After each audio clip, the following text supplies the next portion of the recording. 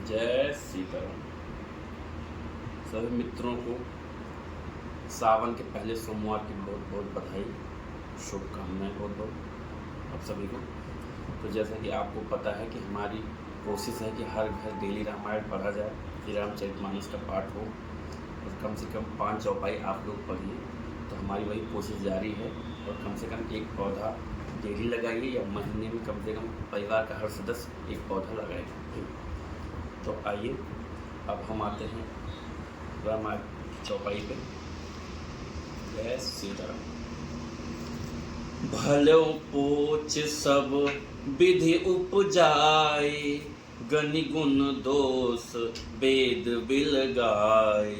कहीं वेद इतिहास पुराना, विधि पर पंचु गुण अवगुण साना।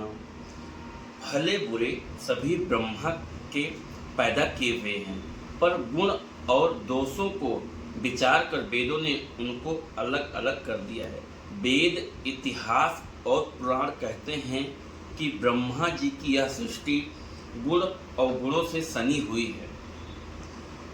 दुख सुख पाप पुण्य दिन राति, साधु असाधु सुजाति कुजाति।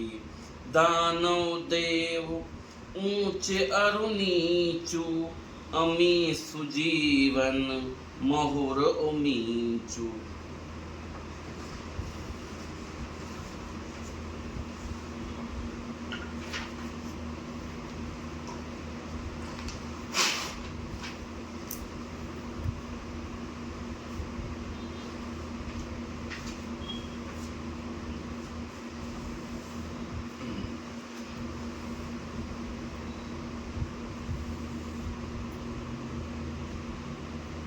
माया ब्रह्म जीव जगदीसा, लक्ष्य अलक्ष्य रंक अवनीसा।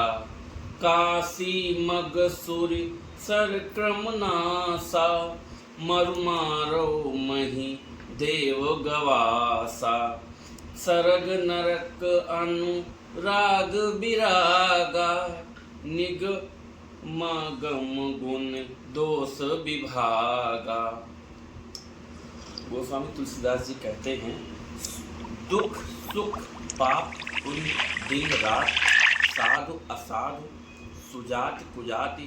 दानव देवता ऊंच नीच अमृत विष, जीव सुजीवन सुंदर जीवन, मृत्यु माया ब्रह्म जीव ईश्वर संपत्ति दरिद्रता रंक राजा काशी मगध गंगा कर्मनाश मारवाड़ मालवा ब्राह्मण कसाई स्वर्ग नरक अनुराग वैराग्य। ये सभी पदार्थ ब्रह्मा की सृष्टि में हैं। वेद शास्त्रों ने उनके गुण दोषों का विभाग कर दिया है। दोहा।